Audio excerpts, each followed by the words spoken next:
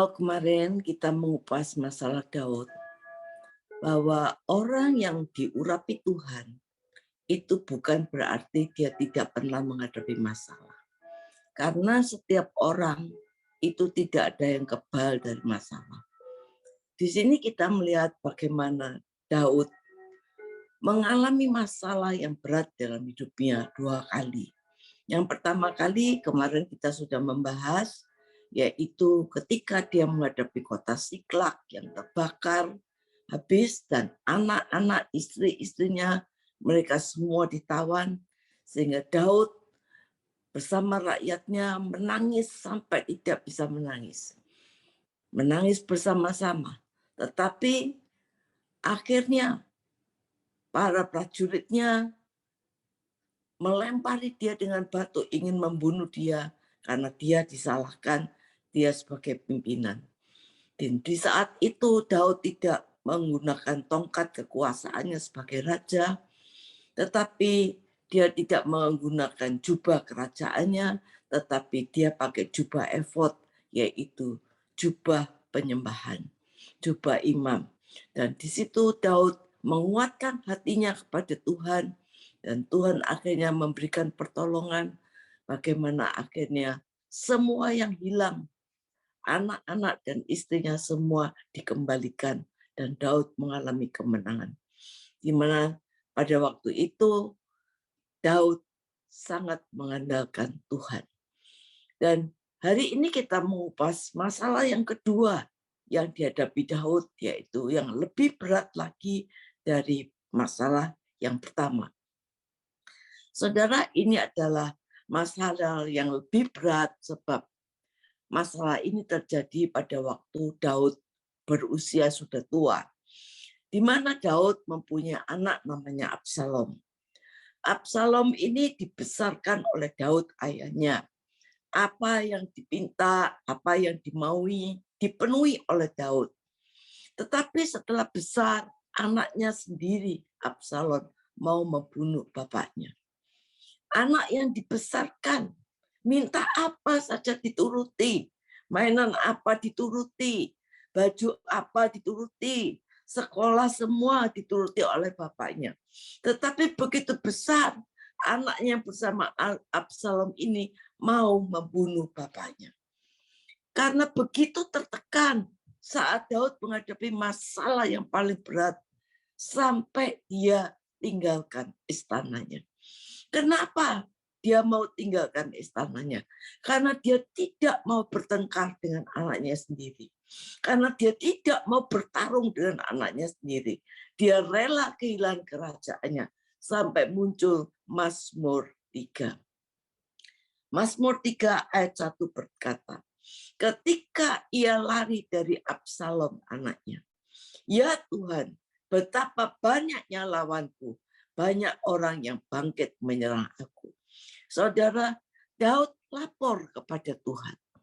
Ketika dia lari dari Absalom, anaknya, saudara, bukan pegawainya, bukan hambanya, tetapi anaknya yang dicintai. Kadang orang yang kita cintai bisa mengecewakan kita. Dikatakan begitu mau dibunuh anaknya, dia lari, dia tinggalkan istananya, dia tinggal kerajaannya karena dia tidak mau bertengkar dengan anaknya. Saudara, mungkin dengan nada jengkel, Daud teriak, ya Tuhan, mengapa semua orang memusuhi aku? Bahkan anakku sendiri mau bunuh aku. Semua prajuritnya mau bunuh Daud. Dan ini kondisi Daud dalam usia yang sudah tua. Ayat ketiga berkata, banyak orang yang berkata tentang aku. Baginya tidak ada pertolongan daripada Allah. Selah. Lihat, Daud, kamu pasti akan mati. Anakmu mau bunuh kamu. Orang-orang mau bunuh kamu. Kamu pasti gagal. Ini perkataan orang banyak. Karena itu apapun yang terjadi dalam hidup kita, jangan kita dengarkan perkataan orang. Sebab hidup kita tidak tergantung dari perkataan orang, tetapi hidup kita tergantung dari apa kata Tuhan. Terserah orang bilang tidak mungkin, tapi bersama Tuhan segala sesuatu akan mungkin. Saudara, dan di situ dikatakan Selah. Saya berulang kali memikir apa ya artinya kok selalu Daud ini di dalam dia menuliskan Mazmur selalu ada kata Selah. Selah itu artinya bukan cuma jeda berhenti ya, tapi pause, berhenti sejenak, rest in his place. Ketika Daud menghadapi tantangan yang besar, dia sempatkan waktu dia tidak kuat menghadapi semuanya. Dia sempatkan, dia berhenti dalam keteduhan, rest in his place ya. Dikatakan dia menenangkan diri, menyembah Tuhan. Dan Tuhan sungguh-sungguh luar biasa. Setelah Daud Selah, dia berhenti sejenak untuk menyembah Tuhan, untuk terhubung dengan Tuhan. Sungguh-sungguh dia berada dalam hadiratnya. Keluarlah ayat yang keempat. Tetapi Engkau Tuhan adalah perisai yang melindungi aku. Engkaulah kemuliaanku dan yang mengangkat kepalaku. Saudara, pada waktu ayat 1-3, di situ Daud menunjukkan kejengkelannya dia. Tetapi setelah Selah, dia berhenti sejenak, rest in his place, berhenti menyembah Tuhan. Maka dikatakan, dia ada kata, tetapi Engkau Tuhan adalah perisai. Kata-katanya berubah. Kata tetapi ini bisa membatalkan kata-kata di depannya. Kata tetapi di ayat 4 ini bisa membatalkan kata-kata di dalam ayat 1-3. Tetapi Engkau Tuhan ya adalah perisaiku yang melindungi aku. Engkaulah kemuliaanku yang mengangkat kepalaku. Karena terlalu berat hingga kepalanya tertunduk. Tapi Tuhan membuat Daud mengangkat kepalanya. Mungkin masalah hidup kita ini sangat berat sehingga kita tertunduk. Kita tidak tahu jalan keluar mesti bagaimana. Maka dikatakan, keluarlah, carilah Tuhan. Tapi Daud tidak mau lagi tertunduk. Dia angkat kepalanya. Waktu dia mengangkat kepalanya, dia melihat, dia ingat akan Tuhan. Saudara, jangan pernah izinkan iman kita tertunduk. Tapi angkat kepala kita, angkat iman kita, lihat Tuhan. Kalau kita tertunduk, kita tidak bisa melihat Tuhan. Tapi waktu kita mengangkat kepala kita melihat ke atas, kita melihat Tuhan, maka kita akan melihat pertolongan Tuhan. Ayat 5 berkata, dengan nyaring aku berseru kepada Tuhan. Dia berdoa kepada Tuhan. Dan Tuhan menjawab aku dari gunungnya yang kudus, Selah. Dengan nyaring dia berseru kepada Tuhan. Kenapa dia berseru kepada Tuhan? Sebab ia percaya bahwa Tuhan menjawab dia dari gunungnya yang kudus.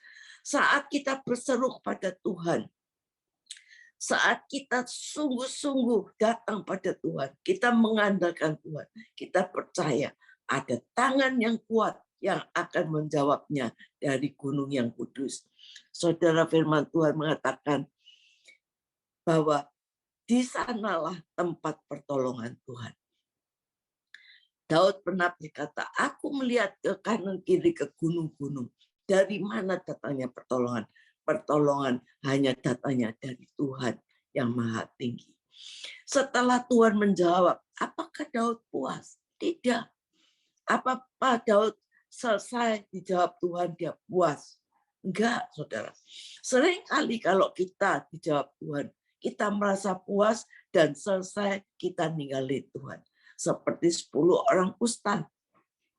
Ketika disembuhkan oleh orang kusta, 1 yang datang pada Tuhan. Yang 9 sudah meninggalkan Tuhan. Saudara, makanya musuh yang paling bahaya itu waktu kita minta berkat yang besar dari Tuhan. Karena begitu Tuhan kasih berkat, kita lupa sama Tuhan. Hati kita condong pada berkat. Saudara, kalau Tuhan sudah tolong kita, ayo kita menjadi lebih mantap, kita lebih datang pada Tuhan, kita lebih percaya pada Tuhan. Ada orang yang hidupnya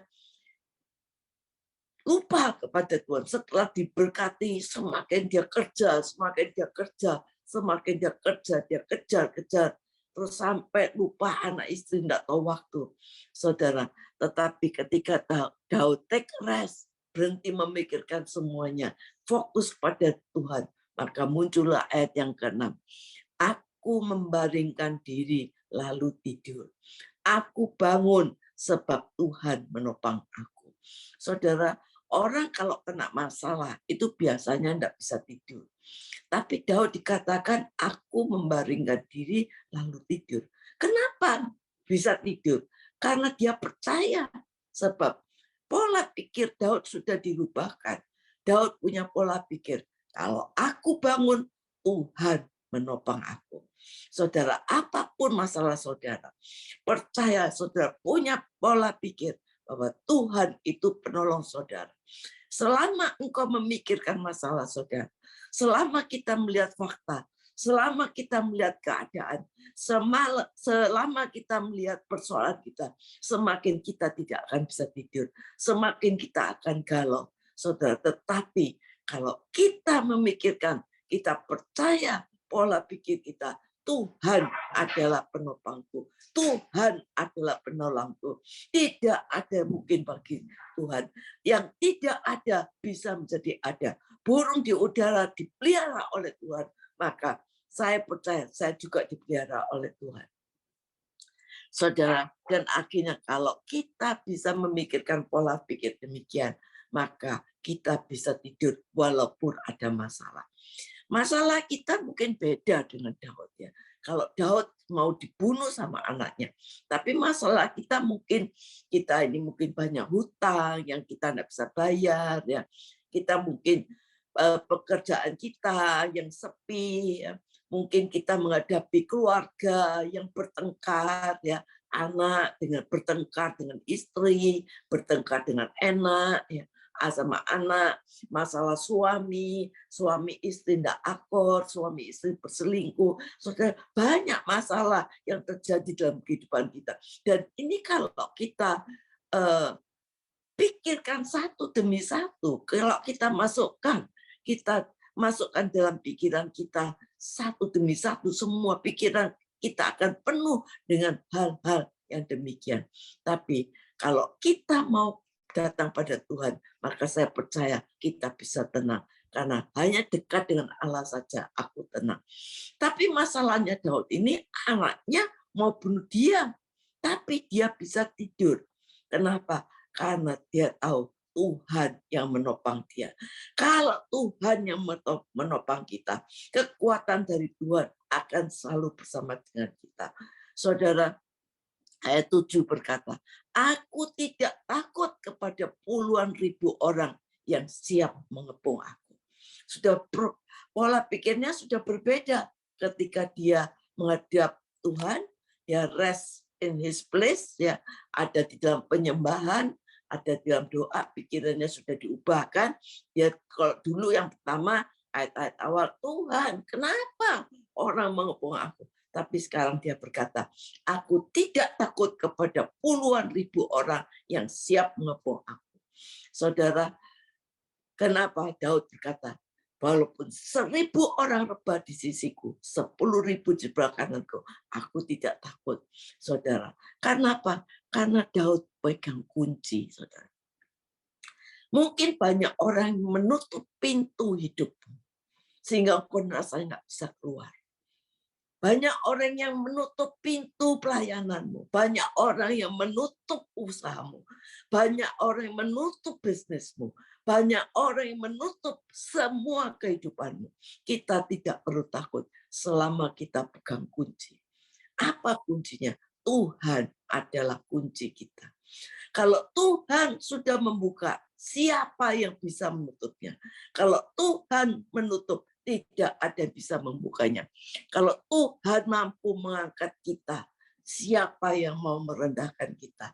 Saudara, banyak orang mau merendahkan kita, banyak orang mau menjatuhkan kita. Tapi kalau Tuhan sudah mengangkat kita, tidak ada orang yang bisa merendahkan kita. Dia memang mampu menaikkan kita ke atas. Saudara. Tuhan sanggup membawa kita naik ke atas. Tapi dia juga mampu membanteng kita ke bawah kalau hidup kita tidak benar. Mazmur 3 ayat 8. Bangkitlah Tuhan, tolonglah aku, ya Allahku. Engkau telah memukul rahang semua musuhku dan mematahkan gigi orang-orang fasik.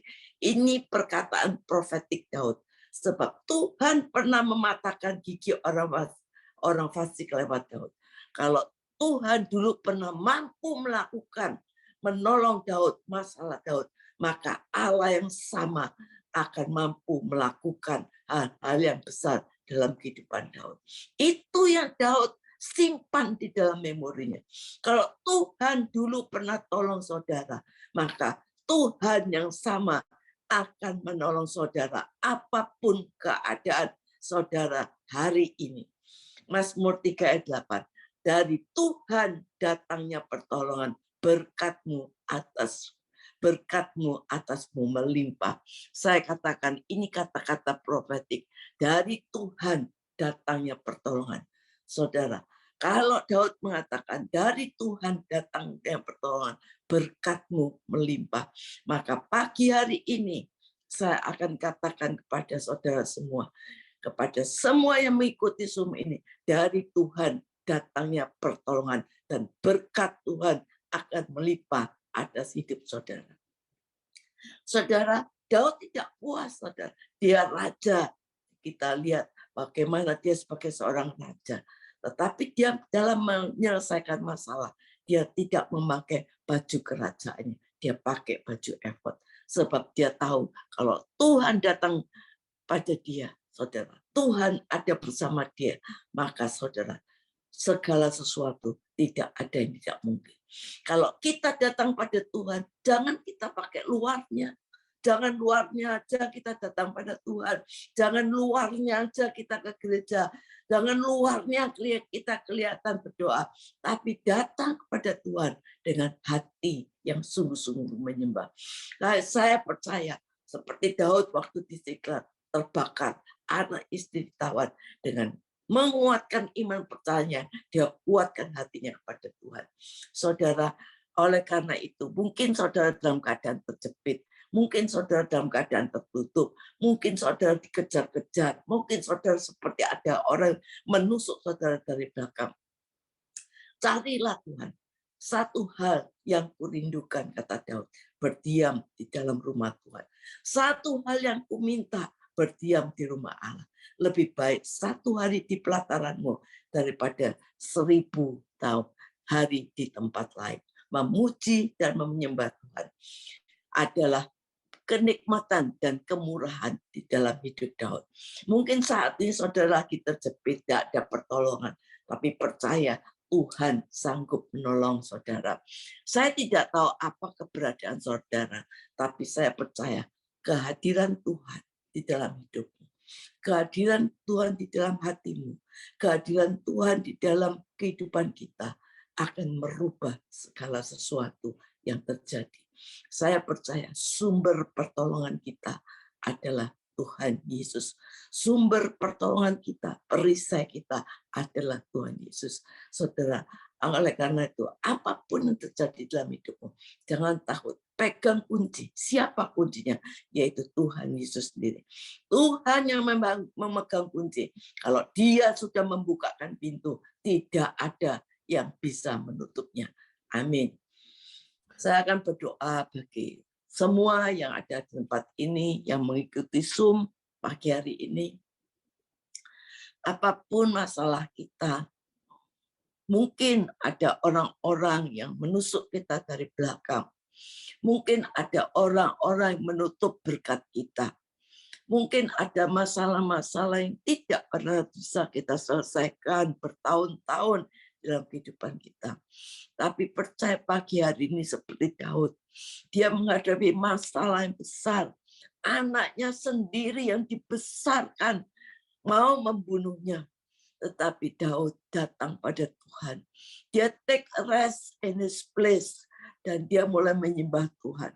Sehingga dia punya pola pikir bahwa Tuhan adalah penolongku.